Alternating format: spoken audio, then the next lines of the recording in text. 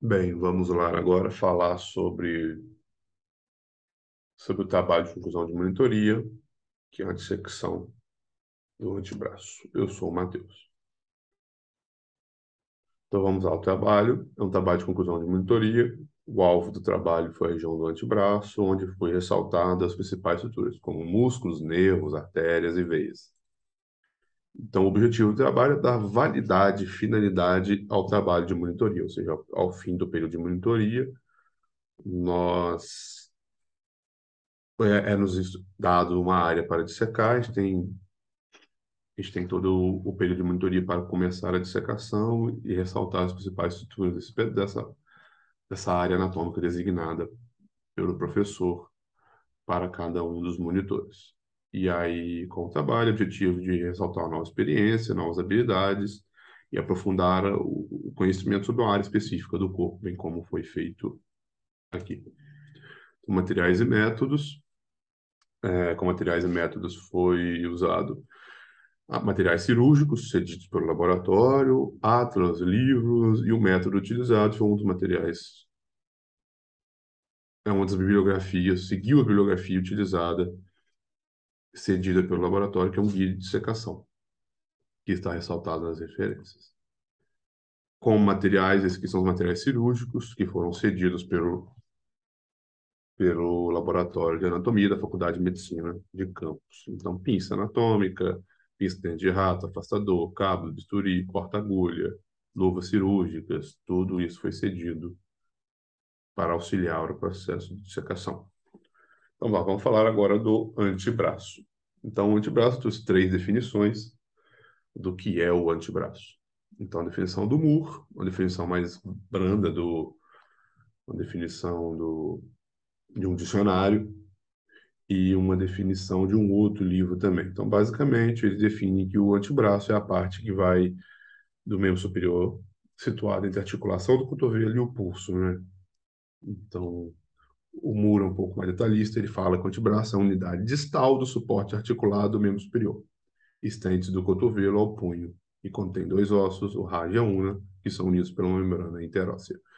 Definição do Moore, que foi o livro base de orientação teórica para esse trabalho. Então vamos lá, o antebraço, como anatomia, a anatomia é processo de estudar anatomia por facilidade, é melhor separar em compartimentos, né? E não por coincidência, o antebraço, bem como o Moore definiu, os músculos com objetivo e inervação semelhantes estão reunidos nos mesmos compartimentos.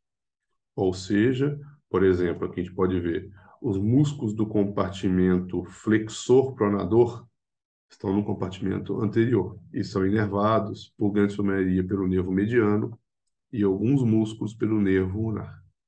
E já os músculos do compartimento extensor supinador eles estão no compartimento posterior. Então, e são inervados pelo nervo radial, facilitando também uma forma lógica de dividir, de separar, de orientar o trabalho como um todo e facilitando também toda essa estruturação. Todos os músculos do compartimento posterolateral, como algumas literaturas dizem, são inervados pelo nervo radial, e a maioria dos músculos do compartimento anterior ou anteromedial são inervados pelo mediano, com exceção do músculo flexor ulnar do carpo e a metade ulnar do flexor profundo dos dedos. Esses são inervados pelo nervo ulnar. Aqui, como uma forma de facilitar, um fluxogramazinho aonde ele define o antebraço, separado em posterior e anterior, dividindo em extensores e supinadores, e flexores e pronadores. É, e é isso, vamos dar seguimento. Então, agora vamos falar sobre o compartimento anterior. O compartimento anterior, como seguindo a orientação teórica do Moore, divide em três camadas o músculo. Camada, o compartimento mesmo, uma camada superficial, uma camada intermediária e uma camada profunda, né? Então, aqui a gente consegue ver com a camada superficial, composta de 4 músculos, uma camada intermediária, onde tem só o flexor superficial dos dedos, e uma camada profunda, com outros 3 músculos. Em algumas literaturas, ele classifica apenas como superficial e profundo, usando o flexor superficial dos dedos, ficando na camada superficial. Dando seguimento agora, vamos falar sobre a camada superficial. Então, dando início, temos o pronador redondo, que é esse músculo destacado pela seta. Os dedos afastamos com dedos outros músculos e a seta indica qual músculo do qual estamos falando. Então, o pronador redondo tem origem no processo coronoide e inserção no meio da face lateral do rádio, que faz a pronação e a flexão do antebraço no cotovelo, como o nome dele diz. Flexor radial do carpo, origem no epicôndilo medial do húmero e inserção na base do segundo metacarpo e tem ação de fletir e abduzir a mão. Palmar longo, esse músculo indicado pela seta, separado ali dos outros músculos. Ele tem origem no epicôndilo medial do húmero e inserção na metade distal dos músculos flexores, né? Ação de fletir a mão no punho e tensionar a aponeurose palmar. Flexor lunar do carpo é o último músculo do compartimento superficial. Ele tem origem no olécrino e inserção nos ossos pisiformes e no osso do quinto metacarpo. E tem ação de flete e aduz, de adução à mão na região do punho. Na camada intermediária, como dito, tem apenas um músculo, o músculo flexor superficial dos dedos, com origem no epicôndilo medial, e inserção nos corpos das falanges médias dos 4 dedos mediais, do segundo ao quinto. E tem a ação de fletir as falanges médias nas articulações interfalângicas, por cima dos 4 dedos mediais. Na camada profunda agora, temos o flexor profundo dos dedos. Ele tem origem nos 3/4 proximais da face medial e anterior, face voltado mais medial e anterior, anteromedial da una e na membrana interóssea. Sua inserção nas falanges distais do segundo ao quinto quirodátilo. Então, aí tem a ação de fletir as falanges distais, né, como do segundo ao quinto quirodátilo. Temos agora o flexor longo do polegar, como o nome dele diz mesmo, ele tem a ação de fletir as falanges do polegar. O polegar são músculos, tem movimento separado, então ele tem um movimento próprio, né? Então, ele acaba tendo músculos próprios a essa movimentação, que são os músculos que a gente pode chamar de tabaqueira anatômica, né? São os músculos que formam esse e tem auxílio no movimento do polegar. É o flexor longo do polegar, com origem na face anterior do rádio e na membrana interóssea. A sua inserção na base da falange distal e tem a ação de fletir as falanges do polegar. O pronador quadrado, agora é o último músculo do compartimento anterior. Então, foi até ressaltado aqui com o alfinete, porque ele é um músculo mais profundo e ele está situado entre os dois ossos, né, a una e o rádio. Então, ele tem origem no quarto distal, a parte mais distal, na face anterior da una, enquanto a sua inserção é no quarto distal também da face anterior do rádio, bem na parte final. Aqui a gente já consegue ver o punho e aqui nessa região estaria a mão. E a ação faz a pronação do antebraço, como o nome dele mesmo diz. Dando seguimento agora, vamos falar sobre o compartimento posterior do antebraço. O compartimento posterior já é dividido apenas em superficial e profundo. Somos lembrando que no outro compartimento temos 8 músculos, aqui agora nós já temos 12, totalizando assim 20 músculos no antebraço como um todo. Dando seguimento, a camada superficial, iniciando pelo bráquio radial. Bráquio radial, como o nome da hipótese mesmo diz, bráquio de braço e radial. Então, a sua origem é nos 2/3 proximais da crista supercondilada do húmero, onde tem origem no braço, e inserção na face lateral da extremidade distal do rádio, já próximo ao processo estiloide. E tem flexão, faz a flexão fraca do antebraço, essa é a sua ação. Continuando aqui, temos o extensor radial longo do carpo, Então, como o próprio nome diz mesmo, ele faz o movimento de extensão e abdução da mão na articulação radiocarpal, a sua origem na crista supracondilar, lateral do húmero, e inserção na face dorsal do segundo metacarpo.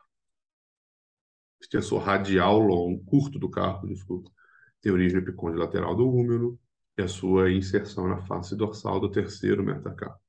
E com o movimento faz a extensão e abdução da mão na articulação radiocarpal.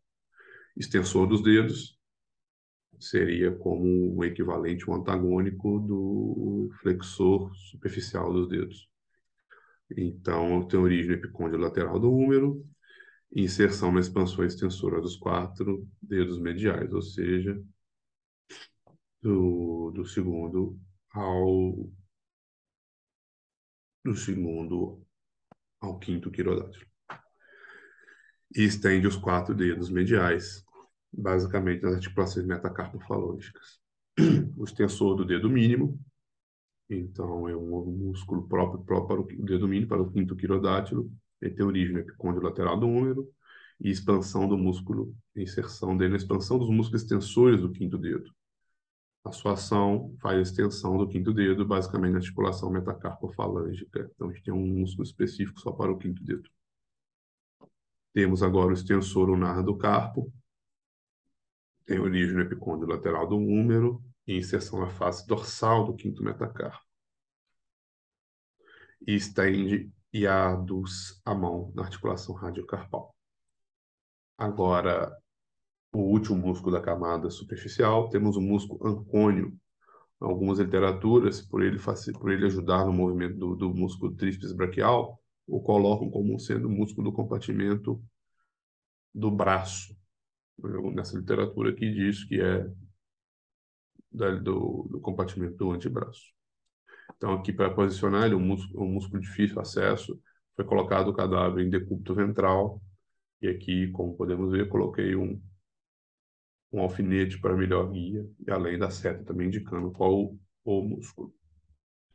Então, ele tem origem no epicôndilo lateral do húmero e inserção na face lateral do olecrano, na parte superior da face posterior da una. E tem a ação, como eu tinha dito, de auxiliar o músculo tríceps braquial na extensão do antebraço. Dando seguimento agora sobre a camada profunda, temos o supinador, o movimento músculo supinador. Então, ele tem origem no epicôndilo lateral do húmero, nos ligamentos colaterais da rádio e da una no rádio. Sua inserção nas faces laterais e posterior e anterior do terço proximal do rádio. Faz, bem como aqui, separado, né? Ele é um músculo mais profundo, então separamos os músculos da camada superficial e a seta indica qual músculo estamos tratando. A sua ação faz a supinação do antebraço e gira o rádio em posição de palmar anterior e superiormente. Então, faz esse movimento.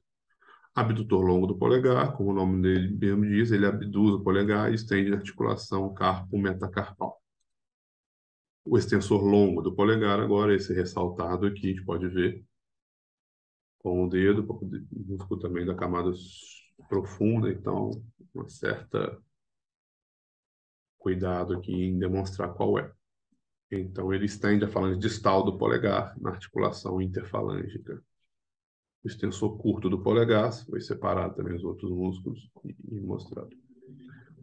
Tem origem na face posterior do terço distal do rádio e a membrana interóssea. E estende a falange proximal do polegar na articulação metacarpofalângica.